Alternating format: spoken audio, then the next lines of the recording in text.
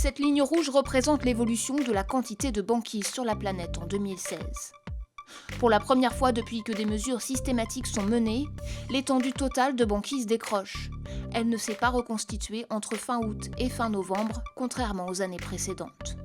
Pour expliquer cette chute brutale, il faut comprendre les caractéristiques locales de chacun des pôles. En Antarctique, jusqu'à présent, la banquise se maintenait à un niveau stable, voire s'étendait, en dépit du réchauffement. Derrière ce paradoxe, plusieurs phénomènes. Les vents se sont intensifiés, ce qui favorise le gel. Autre possibilité, la présence accrue de l'eau de fonte des glaciers terrestres. Une eau moins salée gèle plus facilement.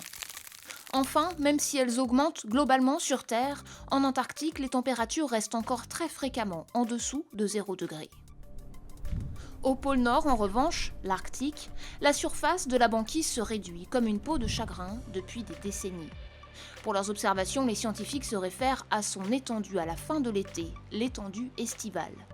Au cours des 30 dernières années, l'étendue estivale de glace de mer s'est réduite de 50%, soit plus de 3 millions de kilomètres carrés.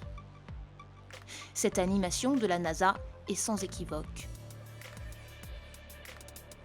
En 2007, un rapport du groupe d'experts intergouvernemental sur l'évolution du climat prévoyait qu'il n'y ait plus de banquise en été en 2080, si les émissions de gaz à effet de serre se poursuivent au rythme actuel. En 2013, le GIEC avançait de 2 à 3 décennies cette estimation.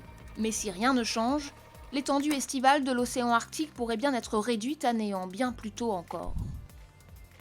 Surtout si les records de chaleur de l'année 2016 se reproduisent. Il a fait chaud, beaucoup trop chaud. En novembre, les températures journalières de l'air en Arctique ont excédé de 15 à 20 degrés, la moyenne des 5 décennies précédentes. En Antarctique, les températures ont été de 2 à 4 degrés supérieures à la moyenne. À cela se sont ajoutés des vents trop violents qui ont dispersé la glace. Comme en Arctique, la banquise antarctique n'est donc pas parvenue à se reconstituer normalement en cette fin d'année.